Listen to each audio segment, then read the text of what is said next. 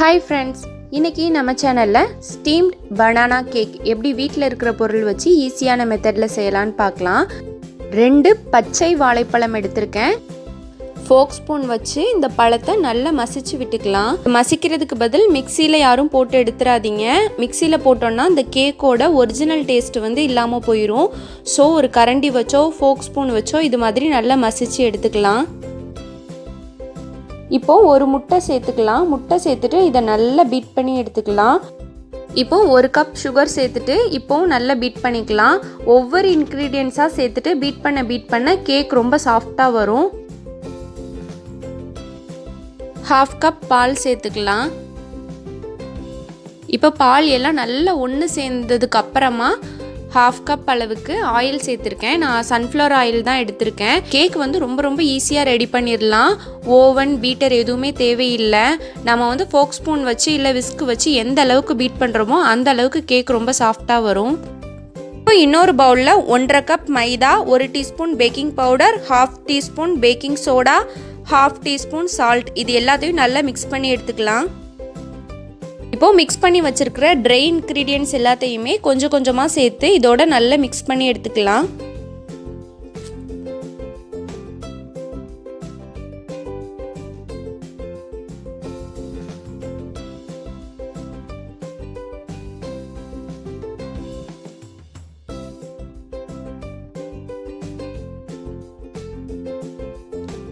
இது மிக்ஸ் பண்ணும்போது கட்டி எதுவும் இல்லாமல் பார்த்துக்கோங்க. எல்லாமே ஈவனாக நல்லா மிக்ஸ் ஆகிருக்கணும்.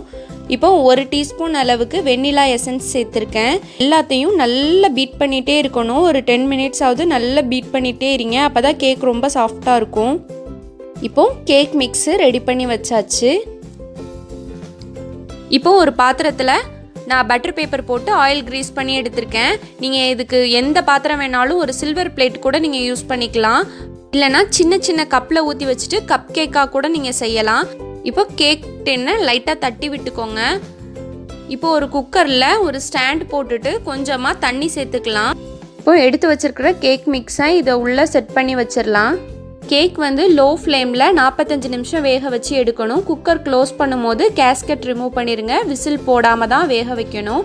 இப்போ 45 நிமிஷத்துக்கு அப்புறம் ஓப்பன் பண்ணி பார்த்தோன்னா கேக் சூப்பராக ரெடி ஆயிரும். ஒரு டூத் பிக் வச்சு செக் பண்ணி பார்த்துக்கோங்க. கேக்கோட கலர் வந்து இது மாதிரி நல்லா மாறி இருக்கணும். இது மாதிரி மாறினாதான் கேக் நல்லா வெந்திருக்குன்னு அர்த்தம். இப்போது கேக் நல்லா கம்ப்ளீட்டாக ஆறுனதுக்கப்புறம் ஒரு பிளேட்டுக்கு ட்ரான்ஸ்ஃபர் பண்ணிடலாம். பட்டர் பேப்பர் ரிமூவ் பண்ணிக்கலாம். கேக் வந்து நல்லா சாஃப்டாக ஸ்பாஞ்சியாக இருக்குது. கேக் நல்லா வெந்து சூப்பராக ரெடி ஆகிடுச்சு. சிம்பிளான இன்க்ரீடியன்ட்ஸ் வச்சு நினச்சதுமே ஈஸியான மெத்தடில் கேக் ரெடி பண்ணிடலாம். இந்த கேக் வந்து ரொம்ப பெர்ஃபெக்டாகவும் வரும். கண்டிப்பாக நீங்கள் எல்லாருமே உங்கள் வீட்டில் ட்ரை பண்ணி பாருங்கள். இந்த வீடியோ பிடிச்சிருந்துச்சுன்னா லைக் பண்ணுங்கள், ஷேர் பண்ணுங்கள். இதுதான் ஃபஸ்ட் டைம் நம்ம சேனல் பார்க்குறீங்கன்னா சப்ஸ்கிரைப் பண்ணிக்கோங்க. Thank you friends.